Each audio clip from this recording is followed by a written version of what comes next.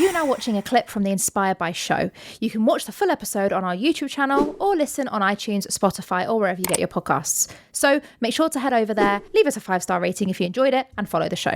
So when it comes to your first business, so you were 21, decided you wanted to start a business roughly? Yeah, I think I was 22 when I qualified. Okay. And I, as I was saying, it wasn't what got me out of bed in the morning. And it was a classic case of that, that Venn diagram as passion meets interest meets, opportunity and experience. And I sort of looked into what I loved, which was beer, and sort of socializing and being out and about. And I've got a very active social life. I love people. I love being around people. I love hosting. I love the hospitality side of things.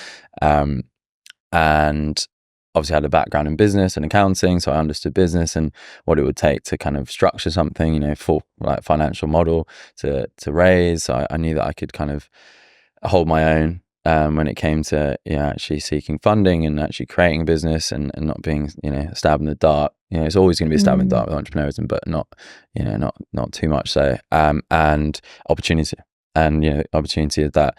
The beer market is very stagnated. Traditionally it's high calorie, it's high carb, it's bloating, it puts a lot of people off.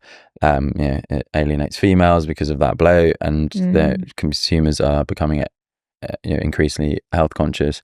Accelerated probably through lockdown. The new pandemic really is running and fitness and eating cleaner, and then you sort of get to your weekend and you kind of ruin it all in the pub. And you sort of pack on all this unnecessary calories and carbs, and there's kind of nobody out there, refining the beer space and providing a lower calorie, lower carb alternative, a more mindful approach to drinking, but still having a good time. So I saw that opportunity, and it kind of all aligned. I was like, well, there's something here, and I'm going to back it. Wow. Yeah, that's serious commitment, because a lot of businesses I've worked with, I mean, my businesses are all service-based businesses, so thankfully, depending on how you look at it, there's not a huge cash influx needed. Like, I've never had to seek investment. Luckily, I funded myself through various family members and myself, and then gone on to make money. So I've been able to grow it that way. Whereas I can't even imagine backing yourself to needing a product-based business where there's a lot of cost up front.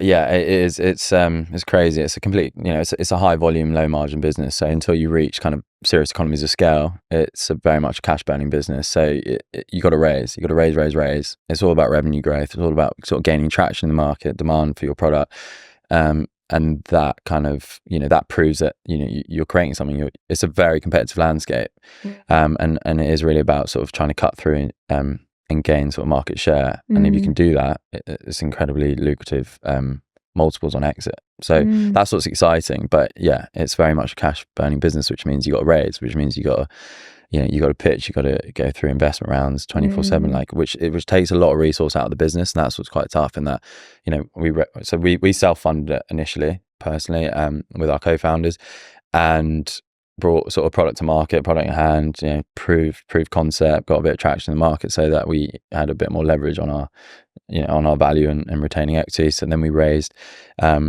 quite soon after launching to market, and we're now going into our third round currently. So it's and that takes a lot of time and resource out of the business and pushing it forward, which but it's the way that all alcohol businesses go. I think there's a stat where you need about 5 million to go from out the red into the green and start being profitable to get an alcohol company off the ground. So anyone out there? But that's why I find really interesting, because if you look at there are a lot of celebrity owned alcohol businesses. It seems to be the thing of the last 10 years, I would say. And a lot of them self-fund, and they have the money to burn to get to that point. And a lot of people probably saw you on reality TV, Made in Chelsea, and thought, what a lot of reality TV stars do, they start on reality TV, possibly, from speaking to people I've had on the show so far, not make as much money as they maybe thought they would from TV, and then have gone into starting a business afterwards. But what a lot of people don't know about you is you did the business before reality TV. Is that right? Yeah. And there's an interesting point you make there as well, with the lack of earnings within kind of the TV world now. I think, there's a point to be made that it's very much a saturated market now. What you could earn in my world and sort of Made in Chelsea, and other sort of reality shows now is sort of 10p on the pound compared to what you could make 10 years ago, because it's just saturated. So like the following doesn't go up as much. You're not, PAs aren't a thing. You can't, you don't get paid as much like for sort of brand campaigns, etc., etc. So it's interesting that, people do now need to look for other opportunities that can actually, I guess, create a sort of bigger value pool than there used to be. But I very much started Primetime conceptually with my co-founder Sam. We didn't have a name, we didn't have a product, we had an idea, and the show had been asking me to go on for a few years pre this. While I was doing my accounting, I was in the back end of that, finish off my last 3 exams, the big ones, what they call the advanced. Oh my gosh, yeah. Okay, I remember them. Trauma's coming back. Yeah, actually, so I was 3 weeks out from those exams, biggest exams obviously of my life at that point. Now I look back, whatever, but at the time I was like, oh my god. And then I broke up with my ex-girlfriend, who was Sophie at the time. Well, she broke up with me.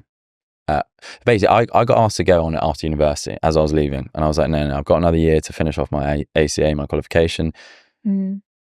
It's not really the right time. But as a business kind of man and someone with intrigue, I was like, I'm going to go for these interviews. I want to understand what you get paid a day. Can I fit it into my current job at PwC? Can I find another revenue stream? And I went for the interviews, I assessed it, and I was like, it's not that great. And also, like, I don't think PwC were that keen on me doing it at the time. So I was like, and it didn't align, what I was trying to do. But I got sort of a gauge on what it was about and what it could offer me. And in that process, I introduced them to my girlfriend at the time. She was like, and long story short, she broke up with me and went on the show. Because I wasn't going to go on it. So I was like, fuck, that hurt. And 2 years on, I was then the ex, and she did very well on the show, and now she's obviously engaged, married to Jamie. But she did very well on the show, and then obviously they were like, Harvey, come on, we need to get this guy on, because there was still a bit of back and forth for a while after the breakup. And then I started Primetime conceptually with Sam, and still asking me. And then it was at that point, it was like, what, this could actually synergize with what I'm trying to do and add value.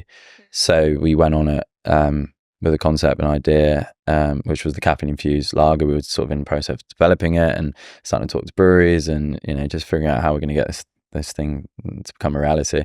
And we went out to Buenos Aires, where we started on an away trip, and our first scene, and we'll look back on this one day, was we're like, basically the storyline was, what are you guys doing out here? And we were like, we're out here like talking to breweries and trying to find a brewing partner. It's like, we were like, but we will, and we're gonna use the show to promote what we're trying to do. And I've done that ever since. I mean, I've got it tattooed here. So because you can't wear anything branded on, but you can't wear anything branded on TV. So I used to try and come in with a t-shirt or a cap, like primetime, and then they were like, Harvey, take the cap off, take the t-shirt off. I was like, fine. And then the next day I came in with a tattoo, I was like, and I speak like this. I just sit there and be like, how about that? That is serious commitment. Yeah, serious commitment. I love that. So I was trying to get it in. Yeah. But yeah, so that's kind of why I used the show. I didn't use the show, and I've really enjoyed it. Like, it's not, I wouldn't do it if I didn't enjoy it, but it's definitely, I think you've got to be clever with it, because it isn't as rewarding as it once used to be in terms of like the sort of remuneration package and everything you can gain from it. So you've kind of got to be clever with how you leverage it to benefit, your exterior world. Yeah.